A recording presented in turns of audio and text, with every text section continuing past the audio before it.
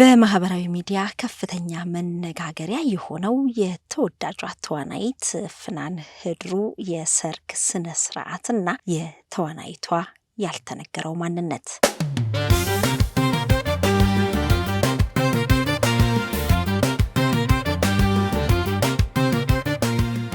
ጤና ይስጥልን ውድ ሸገር ኢንፎ ሚዲያ ተከታታዮች እንደምን አላችሁ? መሰረት በዙ ነኝ። በያላችሁበት ሰላም፣ ፍቅር፣ ጤና እንዲበዛላችሁ እየተመኘሁ በሰሞኑ በማህበራዊ ሚዲያ ከፍተኛ መነጋገሪያ የሆነው የተዋናይት ፍናን ህድሩን የሰርግ ስነ ስርዓትና ስለሷ ያልተነገረ ማንነት በጥቂቱ ልንላችሁ ወደናል። እጅግ ተወዳጅነትን ያተረፈችው ተዋናይት ፍናን ህድሩ ከስራዎቿ ባለፈ በስነ ምግባሯና በውበቷ እንዲሁም ደግሞ በተለያዩ ቦታዎች ላይ ልታይ ባለማለቷ እጅግ ከበሬታን ያገኘች ተዋናይት እንደሆነች ይታወቃል። ከሽምግልና ስነ ስርዓቷ ጀምሮ የሰርግ ስነ ስርዓቷን የተመለከቱ ቅድመ ዝግጅቶችን የሚያሳዩ የተለያዩ ቪዲዮዎች መነጋገሪያ እንደሆኑ ሰንብተው ነበር። ከሰሞኑ ደግሞ በሰርግ ስነ ስርዓቱ ላይ የታዩ አነጋጋሪ ክስተቶችንም እናንሳለን። ቆይታችሁን ከኛ ጋር እንድታደርጉ በአክብሮት ነው የምንጋብዘው። ለሸገር ኢንፎ አዲስ የሆናችሁ ሰብስክራይብ በማድረግ ቤተሰብ እንድትሆኑ በአክብሮት እንጠይቃለን።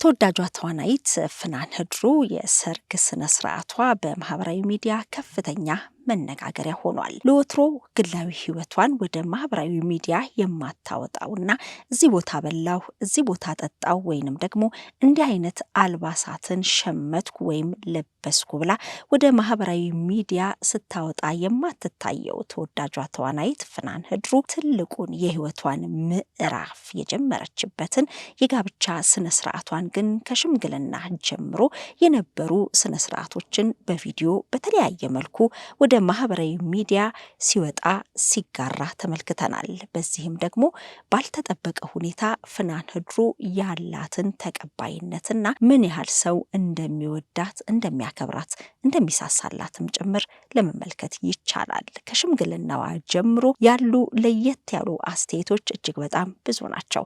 እኛ ግን ዛሬ ልናነሳ የወደድነው በሰርግ ስነ ስርዓቷ ዙሪያና እንዲሁም ደግሞ ስለሷ ጥቂት ልንላችሁ ነው የወደድነው። በሰርግ ስነ ስርዓቷ ላይ ከታዩ ለየት ያሉ ክስተቶች መካከል ሙሽራ ለሚዜ እንግዲህ አበባ የሚሰጥበት ስነ ስርዓት እንዳለ ይታወቃል። ያ ማለት ደግሞ ቀጣዩ ተረኛ ሙሽራን በሚመለከት ነው። ሙሽሪት ለሴት ሚዜዎቿ አበባ ፊቷን አዙራ ወይም ደግሞ ወደ ፊት ለፊት ስትወረውር ቀድሞ ቀልቦ የያዘ ሰው ቀጣዩ ሙሽራ ነው ተብሎ ይታመናል። ፍናን ግን ከ1 እስከ 3 ከተቆጠረ በኋላ ፊቷን መልሳ በቀጥታ ሄዳ የሙሽራ አበባዋን የሰጠችው ለተወዳጇ ተዋናይት ማርታ ጎይቶም ነበረ። ማርታ ጎይቶምም ፍቅሯን አክብሮቷን ገልጻ አበባውን ተቀብላለች። ምናልባትም ይህንን የተመለከቱ ሰዎች ቀጣይ ሙሽራ ተወዳጇ ተዋናይት ማርታ ጎይቶም ነች በሚል ሲያነሱ የተሰሙ ሲሆን፣ ሌላኛው ደግሞ ያላትን አክብሮትና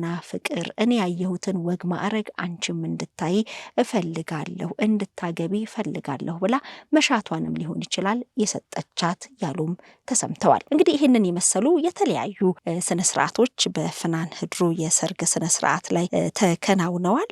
ለእናቷ ልዩ ፍቅር ያላት አንደበተ ርቱዕ የምትባል አስተዋይና የልጅ አዋቂ እንደሆነች የሚነገርላት ፍናን ህድሩ በተለይ ደግሞ እንዳላት ልጅነት፣ እንዳላት ውበት እንዲሁም ደግሞ በኪነ ጥበቡ ዘርፍ እንዳላት ተቀባይነት ልታይ አለማለቷ ብዙዎች እንዳከበሯት እሷም ጥበብን አክብራ እንደተከበረችም ይነገራል። ወደ ስራዎቿ መነሻ ስንነሳ እንግዲህ ብዙዎቻችን የምናውቃት በተወዳጁ የግጥምና ዜማ ደራሲ እንዲሁም ድምፃዊ እሱ ባለው ይታየው የሺ ማሬ ማሬ በተሰኘው ነጠላ ዜማ ቢሆንም እሷ ግን ከዛ ቀደም ብሎ በአክስቷ ልጅ አማካኝነት በሰዓሊ ዮናስ በርሄ መንገድ መሪነት የማስታወቂያ ስራዎችን ስትሰራ ነበር። ለዚህም ደግሞ ሰራዊት ፍቅሬና እንዲሁም ደግሞ ዘሊማን ፕሮዳክሽን የተለያዩ የማስታወቂያ ስራዎችን እንዳሰሯት ትናገራለች።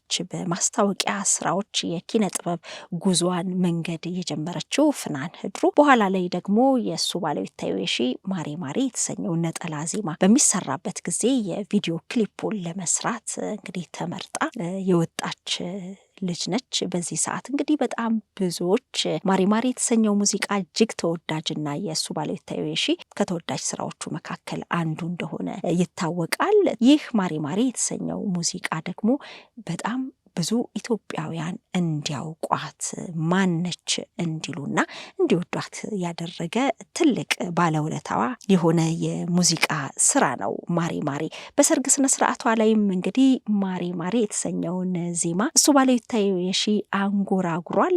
እንግዲህ የፍናን ህድሩ ባለቤትም ቃለ አብ ፍናንን ለማወቅ ምክንያት የሆነው ማሪ ማሪ የተሰኘው ዜማ ነው። እንግዲህ ከ10 ዓመት በፊት በወጣው ዜማ ነው ፍናን ለማግኘት የቻለው። እንግዲህ ይህ ነጠላ ዜማ ከወጣ በኋላ ለድምጻዊ እሱ ባለቤት ታዩሺም የተለያዩ መድረኮችን የማግኘት እድል ነበረውና በወቅቱ በኤግዚቢሽን ማዕከል በነበረ የሙዚቃ ዝግጅት ላይ መድረክ ሲሰራ የነበረው እሱ ባለው ከታዳሚ የተሰጠው አድናቆት ፍቅር ይደገም የሚለው ስራ ብዙዎችን ያስገረመ ነበርና በወቅቱ እንግዲህ ከአንዴም ሁለቴ ከሁለቴም ሶስቴ እንዲሁም 4 ጊዜ ሙዚቃው ይደገም ተብሎ ሲጫወት ይህንን የታደመው ደግሞ ፍቅረ አብ ያኔ እንግዲህ ፍናን ህድሩ ጓደኛዬ ትሆናለች፣ የትዳር አጋሪ ትሆናለች የሚል ሀሳብ አልነበረውም። ልክ ግን ይሄ በተደጋጋሚ ሙዚቃው ሲደገም እንዴት አይነት ተወዳጅ ሙዚቃ ቢሆን ነው ይህን ያህል ይደገም የተባለው በሚል ጓደኛውን ሲጠይቅ ቪዲዮውን አውጥቶ ያሳየዋል። እንግዲህ ቪዲዮ ላይ ሲመለከት ፍናን ህድሩ የጋራ ጓደኞች አላቸው። ስለዚህ በዛ አማካኝነት ተዋውቀው ጓደኝነት መስርተው ከልጅነት ጓደኝነት ጀምረው እንግዲህ ከ10 ዓመታት በኋላ ዛሬ ጋብቻ ስነ ስርዓት በቅተዋልና ይሄ ደግሞ ብዙዎችን ያስደነቀ ሆኗል። የልጅነት ፍቅሯን የትዳር አጋሯ ለማድረግ የቻለች ብልህ ሴት ነች እየተባለችም እየተወደሰች ነው። ተወዳጇ ተዋናይት ፍናን ህድሩ ኪነ ጥበብ ስራዎች ስንመለስ ደግሞ እጅግ ተወዳጅ የሆኑ በጣም በብዙ ሚሊዮን የታዩ ስራዎችን መስራት እየቻለች ከዚህ በኋላም የመስራት አቅም ያላት ተዋናይት ነች። በዚህም በተለይ ብዙዎች አድናቆትን እየሰጡ ነው። በተለይ ደግሞ ከስራዋ ባለፈ ለእናቷ ያላት ፍቅር፣ ስስት፣ አክብሮት በሄደችበት ቦታ ሁሉ ስለ እናቷ መናገሯ በሷ ዙሪያ ያሉ ሰዎች ሁሉ ፍናንን ካነሱ እናቷን አብረው ማንሳታቸው አይቀርም። ለዛሬ ቁም ነገር መብቃቷም የእናቴ ጸሎት ነው ስትል ተናግራለች። በተለይ ባለቤቷን ቤተሰቤን እናቴን የሚያከብርልኝ የሚወድልኝ ውዱ ባለቤቴ ነው ስትል የእናቷ ጸሎት መልካም ትዳር እንደሰጣትም ጭምር ገልጻለች። እንግዲህ እናቷም ለልጇ ብዙ እንደሆነችና እንዲህ አይነት ልጅ ሆና እንድትወጣ የእናቷ ሚናም ቀላል እንዳልነበረ ማሳያ ነው። ኪነ ጥበብ ስራዎችን ፊልሞችን በምትሰራ ሰዓት እናቷ ከጎኗ አትለይም ነበርና አንዳንዴ ከከተማ ወጣ የሚባልበት ቀረጻዎች በሚኖሩ ሰዓትም እንግዲህ እናቷ በስልክም እማትለያት ነው። እንግዲህ ከ8 በላይ ፊልሞችን የሰራችው ፍናን ህድሩ በተለይ ደግሞ እርቅ ይሁን የተሰኘው ፊልም ለሱ ትልቅ ቦታ ትሰጣለች።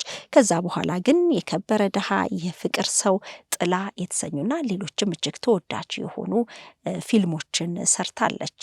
ተዋናይት ፍናን ህድሩ እጅግ ትልቅ የተባለው የሰርግ ስነ ስርዓትም እጅግ በጣም ብዙ የኪነ ጥበብ ባለሙያዎች የተሳተፉበት ደስታቸውን የገለጹበት እንደሆነ ለማየት ይቻላል። እኛም ከብዙ በጥቂቱ ስለ ተወዳጇ ተዋናይት ፍናን ህድሩ ይህንን አንስተን መልካም ጋብቻ ለማለት እንወዳለን። እናንተም ውድ የሸገር ኢንፎ ሚዲያ ተከታታዮች ለተወዳጇ ተዋናይት ፍናን ህድሩ መልካም ጋብቻ ብላችሁ ምኞታችሁን እንድትገልጹ ነው የምንጠይቀው። በነገራችን ላይ ፍናን የተሰኘው ስሟ አባቷ እንዳወጣላትና ደስታ የሚል ትርጓሜ እንዳለው በአንድ ወቅት ከኢቢኤስ የቅዳሜ ከሰዓት ፕሮግራም ጋር ባደረገችው ቆይታ ገልጻ ነበር። እኛም እንግዲህ እንደ ስሟ ትዳሯ የደስታ እንዲሆን እንመኛለን።